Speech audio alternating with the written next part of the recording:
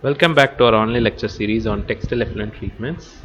In the previous lecture video, we saw about air pollution, causative agents, and we saw about the pollutant properties, and then we saw about the control techniques and equipments used for controlling the air pollution, and after that we saw about ambient air quality standards.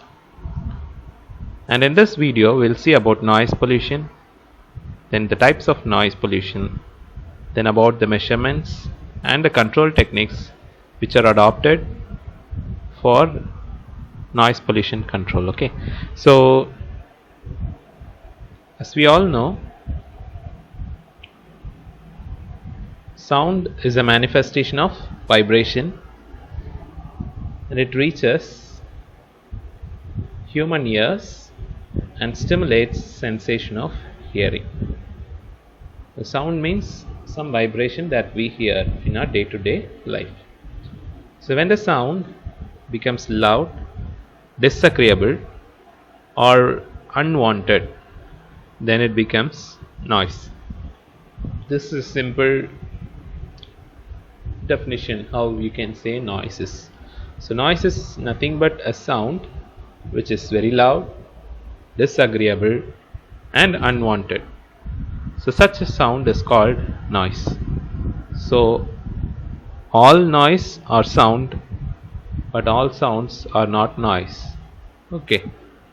So in other terms, if we want to define noise in other terms, noise can be defined as the unwanted sound pollutant which produces undesirable physiological, psychological effects in an individual by interfering with one's social activities like work, rest, recreation, sleep, etc. So any unwanted sound which disturbs a person's physical or psychological peace of mind and it interferes with his or her day-to-day activities such as work or rest or recreation or sleep, then such a sound is called noise. So noise is undesirable and unwanted sound and it is a waste energy. Okay. So noise pollution is a type of energy pollution. So in this pollution, the contaminants are not physical particles or physical entities. They don't have any physical form, but it is irritating or damaging sound. So it doesn't have any form, but it is a sound energy. So it don't have any physical form. So the World Health Organization defines noise above 65 decibels as noise pollution. Any noise above 65 decibels is termed as noise pollution. To be precise, noise becomes harmful when it exceeds 75 decibels and it is painful above 120 decibels. As a consequence, recommended noise levels are kept below 65 decibels during daytime and in the night time to indicate a restful sleep. It is estimated as 30 decibels or it is standardized as 30 decibels. Next we can see about the various causes of noise pollution. So the various causes of noise pollution are poor urban planning, then transportation of vehicles, another one is construction site which creates enormous amount of sound energy which are mostly noise for others. Then is industrialized area or industrialization or industrialized areas develop a larger amount of sound which are unwanted and it disturbs people's day-to-day activities. Next is social event like parties and crusades. So such produces many sounds or we can say it as noise. And then animals. The noise produced by animals are also unwanted and it disturbs the people. So these are causes of noise pollution. So here in this picture we could see the world's top 10 noisiest cities, and of these the second and fourth place goes to New Delhi of India, New Delhi and Mumbai. So these two cities of our country are one of the noisiest cities in the world. So the first place was taken up by the Guangzhou of China. Second, we are our national capital is there. Then third is Cairo. Fourth is Mumbai. Fifth is Istanbul of Turkey. Sixth again Beijing of China. Seventh Barcelona of Spain. Eighth Mexico City of Mexico. Ninth Paris of France. And 10th is Buenos Aires of Argentina. Now, noise can be classified into three types based on its vibration with time. One is continuous noise, the second one is intermittent or variable noise, third one is impulse or impact noise. So continuous noise can be heard throughout the time. So in all the time we could hear those such noise are called continuous noise. Intermittent noise varies with time and it could be fluctuating. And impulse or impact noise is produced while collision between two bodies or by a gunshot. In such a case, an impact or impulse noise is produced. So the health effects of noise could be classified into two types. One is physiological and the other one is psychological. The physiological effects include high blood pressure, respiratory agitation, sleep disruption, deafness, productivity loss, headaches, and in case of extremely loud constant noise, it may cause gastritis, colitis, and even heart attacks. Psychological effects of noise are memory loss, severe depression, panic attacks, stress, fatigue, depression, anxiety, and hysteria. So some other effects could be irreversible hearing loss, rise in blood pressure at the order of 5 to 10 mm of mercury on 8 hours exposure to a 70 decibel sound. And hearing loss begins at a sound level of 80 to 90 decibel A, and 140 decibel A is painful and 180 decibel can even kill a person. Most of the electronic vehicles and motors have a noise level above 80 decibel A. So this noise level could interfere with the life of animals and alter their behavior, feeding behavior, breeding rituals, and even their migration paths. So next is bells and decibels. So sound pressure of the faintest sound that a normal healthy individual can hear is about 0.00002 Pascal. So the sound pressure produced by a Saturn rocket at liftoff is greater than 200 Pascal.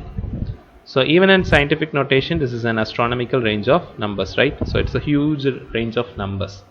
So to cope up with this problem, a scale based on logarithmic or law of the ratios of measured quantities is used. So the measurement of this scale are called levels. The unit of these types of measurement scales is called the bell, which is named after the Alexander Graham Bell. So you can see a formula here, L dash is equal to log Q by Q naught. So where L dash is level in bells and Q is measured quantity, Q naught is reference quantity, log indicates logarithm to the base 10. So a bell turns out to be rather large unit, so for convenience it is divided into 10 subunits called decibels. So level in decibels are computed as L is equal to 10 log Q by Q naught. This decibel does not represent any physical unit, it merely indicates a logarithmic transformation which has been performed. And here you can see the decibels and their corresponding effects. So 0 decibels, it's threshold hearing, 100 decibels, significant change in pulse rate, 110 decibels, stimulation of reception in skin, 120 decibel, threshold pain, 130 nausea, vomiting and dizziness, 140 pain in ear, 150 prolonged exposure causing burning skin. At 160 minor permanent damage and at 190 major permanent damage in a short time happens. So sound pressure for known sounds, you could see here in the sound meter, and the corresponding decibel and sound pressure values are here given here. Okay. So threshold hearing is 0 decibels, which is 20 Pascal, micropascal. And next comes at bedroom, some normal bedroom sound decibel is 25, decibels. In living room it will be around 40 decibels. In a business office it will be around 65. In average street traffic it will be about 85. A pneumatic chipper power lawnmower has a sound level of 100 decibels.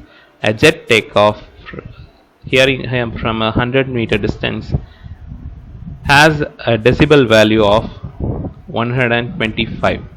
Okay, this sound can be felt threshold of discomfort. So beyond that threshold of pain could be experienced. So here in this chart you can see the human hearing and frequency. So the sound level between 0 and 16 Hertz is inaudible to us, which is subsonic range produced by animals. The next range between 16 Hertz to 20 kilohertz. It is the audible range of our ear and it is known as sonic range. And beyond 20, so 20 to 5 megahertz, 20 kilohertz to 5 megahertz, it is known as ultrasonic range, and it is also inaudible. So three sound levels, one is subsonic range, next is sonic range, and third one is ultrasonic range. And here the subsonic range and the ultrasonic range are inaudible, while sonic range is alone audible to humans. And noise measurement can be done by one of the following equipments. One is sound level meter, then we have octave band analyzers, then we have noise dose meters, then we have noise survey meter, noise average meter, recorders are there, acoustic calibrators are there, sound scope meters are there. Of these, sound level meters are used commonly, and it is also known as noise level meter. It's a picture you can see here. So this sound level meter is measuring instrument used to access the noise or the sound levels by measuring sound pressure. So this instrument measures the sound pressure. Often it is referred to sound pressure level meter. So it gives you our decibel meter. Okay, it has various names here. The sound is then evaluated. First the microphone here receives the sound, then the sound is evaluated within the sound level meter, and then acoustic measurement values are shown on the display screen. So the most common unit of acoustic measurement is decibel. However, some sound level meters also determine equivalent continuous sound level, which is L equivalent, and other acoustic parameters. So with a portable sound level meter, industrial hygiene, workplace safety, industrial hygiene and workplace safety professional can measure the sound levels within the workplace. So it is somewhat compact and everyone can use this sound level meters. Next, control of noise pollution. So three methods could be adopted to control the noise pollution.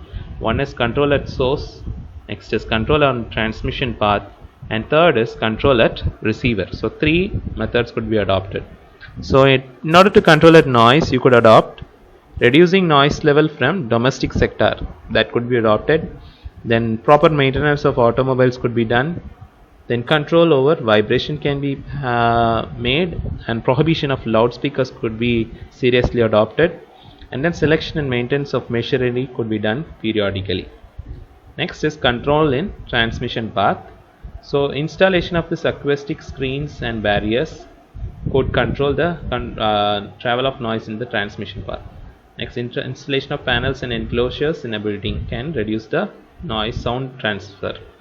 Next, green-led belt development, which is nothing but growing more trees, which serves as barrier for this travel of sound. Then silencer and pipe lagging, we have our absorption treatment, we have damping treatment, or some of the treatments which could be used for controlling the noise along the transmission path. So here you could see an aesthetic noise barrier which is in the Melbourne Highway of Australia. So then the control at the receiver, this can be done in two ways. One is exposure control and then by hearing protection. So here we have seen about noise, types of noise, causes of noise.